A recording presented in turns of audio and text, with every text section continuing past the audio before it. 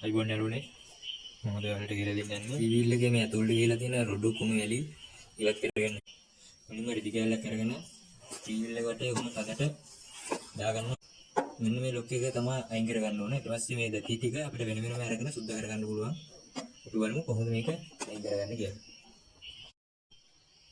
අපිට පුළුවන් මේ මෙතන තියෙන මේ තහඩු වලට වැදින්න නැති වෙන්න ඉතින් මේ කට්ට වලට තට්ටුවක් දාලා මේක ලේසියෙන්ම ගලව ගන්න. වෙනේ වේ තියෙන්නේ මෙතන උඩින්ම සිදුරක්. මේ එහෙම නැත්නම් මේ කට්ටට ගහලා ගලව ගන්නත් හැකියාව තියෙනවා. තට්ටුවක් දාලා මේක අපි එමෙට ගුරු කරගමු.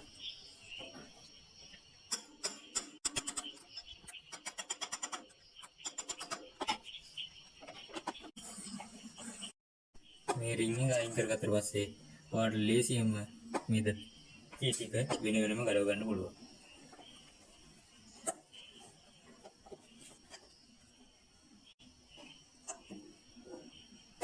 එකින් එක අපි මේ ආකාරයට ගලවමු.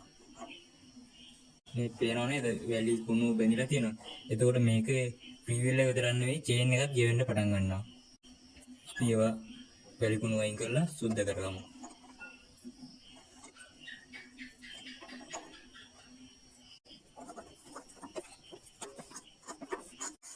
දැන් අපි ෆ්‍රීවීල් එකකින් වෙන් කරගත්තු දෙය ටික සුද්ධ කරගමු.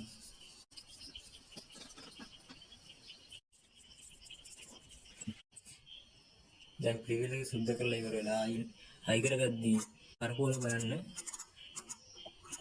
මෙන්න මේ හැඩේ කොටු හැඩයක් තියෙන තැනක් එයි.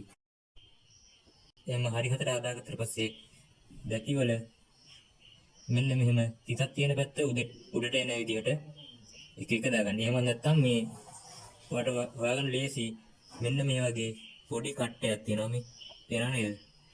මෙන්න මේ කට්ටේ උඩ පැත්තට එන විදිහට දාගන්න.